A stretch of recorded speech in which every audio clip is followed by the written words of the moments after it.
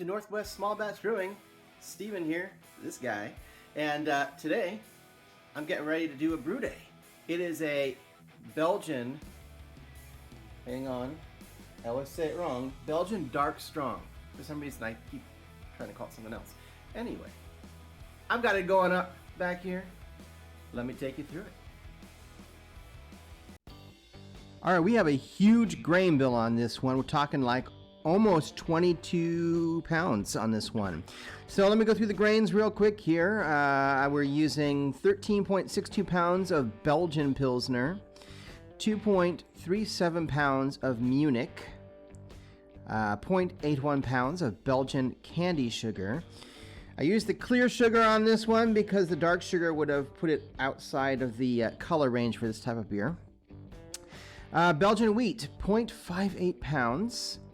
Aromatic malt, 1.25 pounds. Belgian CaraMunich, 1.33 pounds.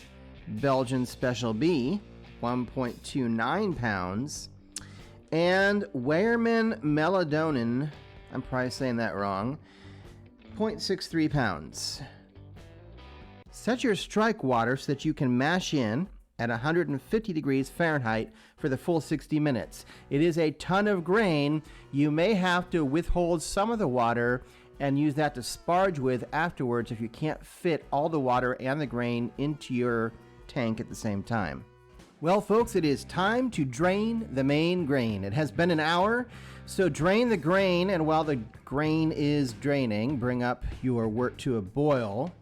I would like to take this moment to show you my little contraption I call the one-arm bandit. This is for large grain bills that I cannot lift with my wimpy little arms.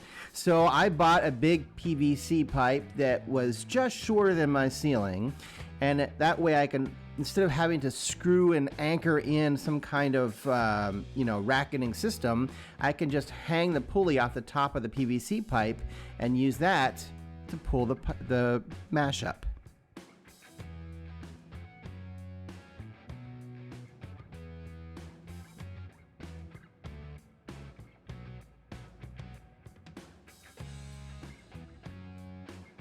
So with the system that I have, you can't really squeeze the bag, right? But what I like to do is I like to take a lid from one of my pots, that you cook on the stove, and I'll use that lid to push down on the grain from the top to squeeze out as much liquid as I can. And then I usually set that grain basket on a bucket for about 30 minutes during the boil, and anything that continues to drip out, I'll eventually just pour that back in about 30 minutes into the boil to get as much as I can. Let's take a look at today's hops while I'm doing that. I am using Styrian Goldings hops, 2.5 ounces, and this is at 3.2 alpha acid. Now the recipe calls for 5.5 alpha acid. You may want to make calculations to adjust if your alpha acid is different to get the correct bitterness. So now that we're at a boil, I'm going to go ahead and add in, as I previously mentioned, the Styrian Goldings 2.5 ounces of 3.2 alpha acid hops. This is a 60-minute addition, so this is the only hop addition for the entire beer. All right, so I've hit the 45-minute mark. I'm going to go ahead and add a couple more things here for the last 15 minutes of the boil. I'm going to add a Whirlfloc tablet, which is optional, but it'll aid in the clearing of the beer. And then I'm going to add some yeast nutrient. This is going to end up being around an 11% beer, so the yeast nutrient will really help the yeast and make sure there aren't any off flavors. Okay, so I have some explaining to do. So I decided, let me back up here first. So it's like 90 plus degrees in my house while I'm doing this. So I let it cool down. I let the beer cool down until throughout the day. It got down to like 80 degrees towards the end of the night. I transferred it into 2 different kegs because I'm going to do a split batch. Bet you didn't see that one coming. And then I put the 2 kegs in my temperature control chamber so I could get it down to pitching temperature. And then in the morning, I took the kegs out. So this first keg is going to be filled with Belgian yeast. So I'm going to shake the bejesus out of it to aerate it for about a minute, and then I'm going to go ahead and toss in some Belgian yeast. Sorry, I'm using, all right, I pronounce this ABI yeast. It's SAF Brew BE256. Okay, so same thing goes for this second keg. It's the other half of the beer. I chilled it down just like I did the other one. It's at pitching temperature. I'm going to shake the bejesus out of it for about a minute to get it sort of aerated. And then I'm going to toss in a Kolsch yeast in this one. I'm just curious to see what a Kolsch yeast does in comparison to the Belgian yeast. So I'm going to toss that in, give it a shake, and then we'll see you in about 30 days. One eternity later. Non più tra I farfalloni amoroso, notte giorno di torno girano, delle belle turbando al riposo, Narcisetto a dolcino d'amor.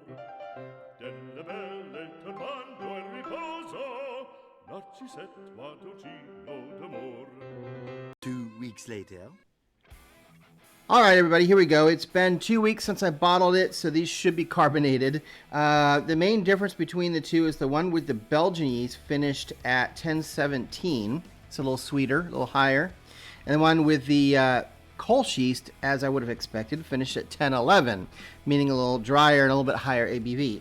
ABV, we're looking at 10.6% versus 11.5.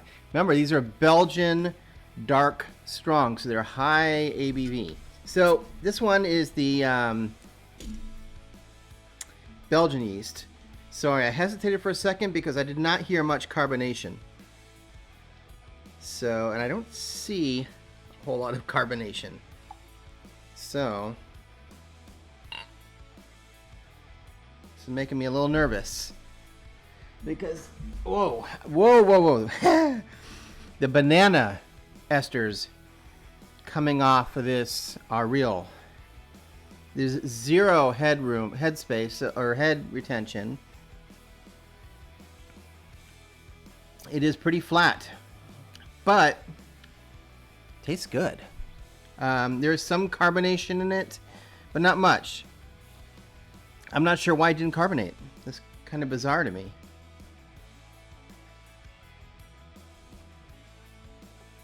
Yeah, it's petulant. All right, it's good though. It's good. I think it would be better if it had more carbonation. I'm not sure why the bottle carbonation didn't work. Let's try this one. Oh, this one sounds like it has a lot more carbonation. The one with the Kolsch. Oh yeah. I mean, come on. That's what it's supposed to do. Although, not much head on it. It's almost like a soda carbonation, like fizzy and then completely gone. Could be the high alcohol content. I mean, it's got a ton of carbonation in it. I can see it. Huh. Just going by smell. Smells a little funky. The Kolsch one does.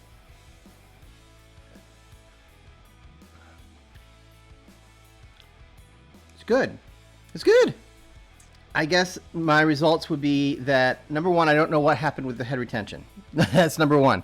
Number two, if the carbonation would work, and hopefully they didn't all turn out that way, the Belgian yeast for the Belgian beer is definitely the way to go, in my opinion. This Kolsch yeast worked fine. It's drinkable, but it's definitely not a Belgian. So there you go. Hopefully you found that interesting, and if you want to make a Belgian strong, try this one because the taste is good. Just be careful on the carbonation. I'm not sure what happened there. Maybe I just had a bottle that didn't cap fully. At any rate, I will see you in a week for another new video, and until then, thanks for stopping by and watching this, and I will see you soon. Happy brewing.